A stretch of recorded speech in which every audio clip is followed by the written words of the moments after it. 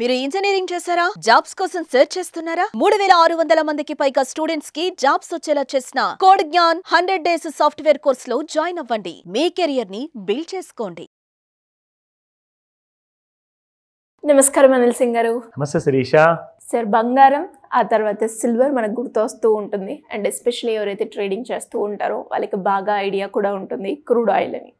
And ఈ crude oil ఒక normal మనిషి లైఫ్లో ఏ విధంగా దీని రోల్ అనేది ఉంటూ ఉంటుంది అంటే ఇది కూడా అంటే ఇప్పుడు మనం ఎలా అయితే బంగారం ధర పెరిగితే ఎలా ఉంటుంది, తగ్గితే ఎలా ఉంటుంది, దాని ఇంపాక్ట్ మన మీద కావచ్చు, లేదు అంటే వేరే మార్కెట్స్ మీద ఎలా ఉంటుందో అని మనం మాట్లాడుకున్నప్పుడు ఈ క్రూడ్ ఆయిల్ గురించి కూడా మనం మాట్లాడుకుంటే ఇది పెరిగినప్పుడు తగ్గినప్పుడు మనకి ఏ విధంగా ఇంపాక్ట్ అనేది ఉంటుందంటారు డైలీ లైఫ్లో? యాక్చువల్గా ఈ విషయము అందరూ ఫైనాన్షియల్ లిటరసీ గురించి విన్నారు కానీ స్కూల్స్లో చదువుకోలేదు, ఈవెన్ కాలేజెస్లో కూడా లేదు. కానీ ఫైనాన్షియల్ లిటరసీలో క్రూడ్ ఆయిల్ అదేదో కొత్త పక్షి పేరు విన్నట్టుగా అనిపిస్తుంది ప్రతి సామాన్యుడికి.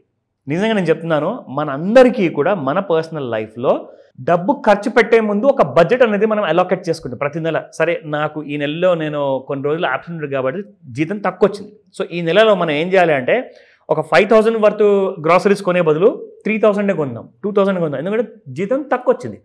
సరే, జీతం ఫుల్ వచ్చింది అనుకోండి ఒక నెల, ఆ నెలలో మీరు ఏం చేస్తారు, కావాల్సిన బడ్జెట్ అలొకేషన్ ఏదైతే ఉందో పిల్లలకి చిన్న చిన్న కొత్త బట్టలు కొనాలి, చెప్పులు కొనాలి, ఏదైనా సంథింగ్ అనేది ప్రతి నెల అవసరం ఉంటుంది. సో ఆ బడ్జెట్ అనేది ఏదైతే మీరు ఫిక్స్ చేస్తారు కదా, ఆ బడ్జెట్ ఫిక్స్ చేసిన తర్వాత మీరేమనుకుంటారు, నేను అనుకున్న వస్తువులన్నీ నాకు వస్తాయి, నేను వెళ్తాను సూపర్ మార్కెట్, నేను వెళ్తాను షాప్స్కి, నేను వెళ్తాను కూరగాయల మార్కెట్కి, ఇవన్నీ నేను కొనుక్కొస్తాను. అక్కడికి వెళ్ళిన తర్వాత మీకు ఒక పెద్ద షాక్ ఎదురవుతుంది. అది ఏంటంటే మీరు అలొకేట్ చేసిన బడ్జెట్ అది 5000, 10,000 సమ్ ఎక్స్ అమౌంట్, అందులో మీకు కావాల్సిన అవసరమైన నిత్యావసరాల వస్తువులన్నీ కూడా రావు అని చెప్పి నిజం తెలిస్తే మీరు అప్పుడు ఏమంటారు, అసలు మనం ఎక్కడ ఉంటున్నాం, ఇది ఇండియానేనా అమెరికానా, మరి ఇంత రేట్లు ఇంత భగ్గుమని ఇట్లా పెరిగిపోతున్నాయి ఎందుకు అంటారు. దయచేసి అర్థం చేసుకోండి, దాని వెనకాల క్రూడ్ హస్తం ఉంది. దాని వెనకాల క్రూడ్ హస్తం ఎలా ఉంది, ఎందుకు ఉంటుంది, అది కంపల్సరీనా, ఒక నెల ఉంటే ఒక నెల ఉండదా, అలాంటిది ఏమీ లేదు.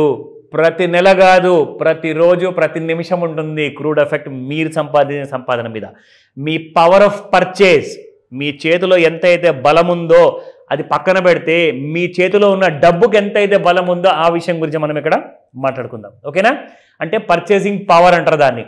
మీ రూపాయి సంపాదించింది ఈ నెలలో మీకు ఒక వస్తువు కొనబెడితే నెక్స్ట్ మంత్ నెక్స్ట్ ఇయర్ మీరు అదే వస్తువు కొనగలుగుతారా అదే రూపాయితో అన్నదే ప్రశ్న, ఓకేనా? సో ప్రతిసారి ప్రతి నెల మీరు మార్కెట్కి వెళ్ళినప్పుడల్లా షాక్ అవుతుంటారు, అదేంటబ్బా రేట్లు ఇలా పెరిగిపోతున్నాయని చెప్పేసి. సో దాని వెనకాల క్రూడ్ ఎఫెక్ట్ ఎలా ఉంటుందో మీకు చెప్తా. ఒకటి డైరెక్ట్, రెండోది ఇండైరెక్ట్. డైరెక్ట్ క్రూడ్ ఎఫెక్ట్ ఏముంటుంది అనుకుంటున్నారా?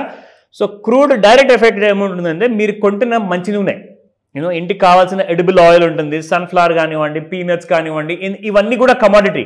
సో క్రూడ్ కూడా ఒకలాంటి కమాడిటీ, కానీ కమాడిటీ కాదు. It is actually placed under commodity అన్న ఒక వైడ్ సబ్జెక్ట్లో ఒక కేటగిరీ కింద వస్తుంది crude oil, that is called as energy sector. ఎందుకంటే ఇది ఇంధనం అనమాట. So this is actually creating energy. For example క్రూడ్లో మేజర్గా తయారయ్యేది ఏంటి, పెట్రోల్, డీజిల్. ఈ రెండు ఎక్కువగా అండి, మిగతా ఇంకా చాలా వెళ్తాయి క్రూడ్లో నుంచి, అదంతా రీఫైనింగ్ చేసిన తర్వాత వస్తాయి.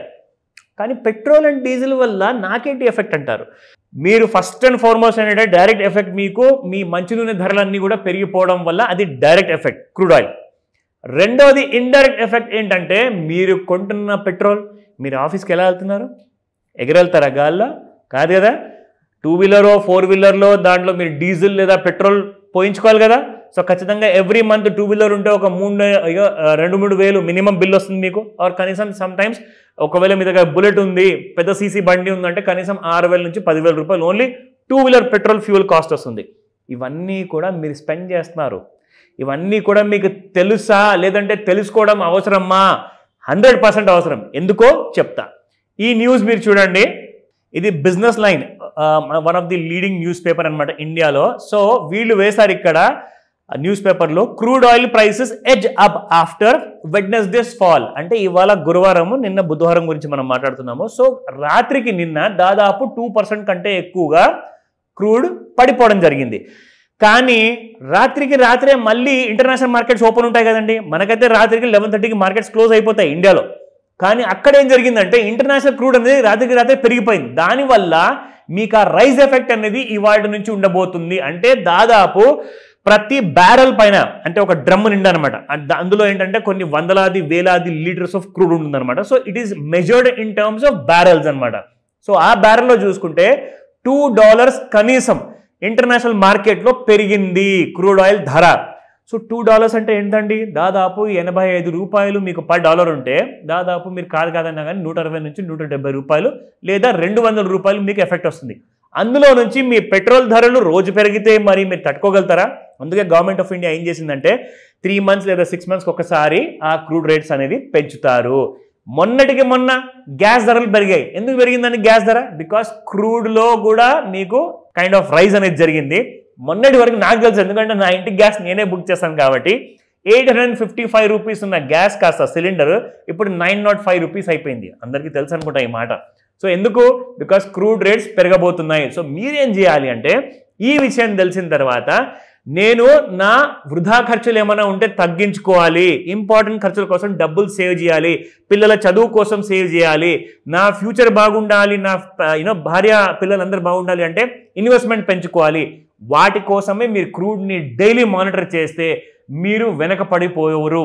సో ఇక్కడ మీకు నేను గోల్డ్తో నేను క్రూడ్ పోల్చి చూపిస్తా. ఇక్కడ ఆ క్రూడ్ చూసుకుంటే ఇన్ ది ఇయర్ 2025 January రోజున చూస్తే మీకు క్రూడ్ ప్రైస్ చూసుకుంటే దాదాపు మీకు ఇక్కడ అప్ సైడ్లో 6500 రూపీస్ ఉండిందండి. అంటే మన ఇండియన్ రూపీస్లో అది కాస్త పడిపోయేసి మీకు 9th April 2025కి it has come down to the low of 4800. ఎక్కడ 6500, ఎక్కడ 4800. మరి అదేంటండి, అంత మంచి గుడ్ న్యూస్ ఇచ్చారు కదా, క్రూడ్ పడిపోయింది కదా, మరి మనకు పర్చేసింగ్ పవర్ పెరగాలి కదా అంటారు. There are lots of reasons. ఎందుకంటే మన భారతదేశం కానివ్వండి, మన రాష్ట్ర ప్రభుత్వాలు కానివ్వండి, బయట వరల్డ్ బ్యాంక్ నుంచి, ఇంటర్నేషనల్ మానిటరీ ఫండ్ నుంచి చాలా అప్పులు తీసుకున్నారు. అవన్నిటికి ఇంట్రెస్ట్ ఎవరు కడతారు? నేనే కట్టాలి ట్యాక్స్ రూపంలో. మీరు కొంటున్న ఒక సబ్బుకి మీరు ఇండైరెక్ట్ ట్యాక్స్ పే చేస్తున్నారు. మీరు ఒక 50 రూపాయలు సబ్బు కొన్నారనుకోండి, అందులో నుంచి 5 రూపాయలు ట్యాక్స్ ఇక్కడ రాష్ట్ర ప్రభుత్వానికి, అక్కడ కేంద్ర ప్రభుత్వానికి పోయిన తర్వాత ఆ ట్యాక్స్ వాళ్ళు, ఆ ఇంటర్నేషనల్ బ్యాంక్ వాళ్ళు వసూలు చేసుకుంటారు. సో మన మీద ఉన్న అప్పులు చాలా ఎక్కువ కాబట్టి ఇంత క్రూడ్ పడ్డా కానీ పెట్రోల్ ధరలు మాత్రం తగ్గలా, బికాస్ ఆఫ్ డెఫిసిట్ అంటారు దాన్ని. సో గోల్డ్ మాత్రం మీకు ఎందుకు ఎక్కువగా పెరిగింది అంటే బికాస్ క్రూడ్ ధరల్లో ఎక్కువగా మీకు ఫాల్ ఎందుకు వచ్చిందంటే బిజినెస్ అంతా సర్వనాశనం కాబోతుంది అనేసి ట్రంప్ గారు స్టేట్మెంట్ ఇచ్చారు. ఆయన ఇచ్చిన తర్వాత ఎవరంది ఎక్కువగా పెట్రోల్ వాడేది, డీజిల్ వాడేది ఎవరు? లారీస్. మీ ఊరు నుంచి ఒక సిటీకి మీకు కూరగాయలు రావాలి, బియ్యం సంచులు రావాలి అంటే దేని ద్వారా వస్తుంది? మీకు లారీ ట్రాన్స్పోర్ట్ ద్వారా వస్తుంది. సో అవన్నీ కూడా తగ్గబోతున్నాయి. ఎందుకంటే జనాలు చాలా తక్కువగా తిందాం, ఇప్పుడు మనం ఖర్చులు ఎక్కువ అవుతున్నాయి కదని చెప్పేసి కన్జంప్షన్ తగ్గించగానే క్రూడ్ పడిపోయింది. గోల్డ్ అందరూ పెట్టుబడి పెట్టడం మొదలుపెట్టారు. సో ఈ విషయం అర్థం చేసుకోండి. క్రూడ్ని మీరు ఇగ్నోర్ చేశారా, మీరు ఎప్పుడు బీదవాళ్లుగా మిగిలిపోతారు. దానికోసము ఇంకా నేర్చుకోవాలనుకుంటే నన్ను అడగండి. Thank you sir. Welcome Sirisha. Suman టీవీలో మీ పర్సనల్ అండ్ బిజినెస్ ప్రమోషన్స్ కోసం కింది నెంబర్కి కాంటాక్ట్ చేయండి.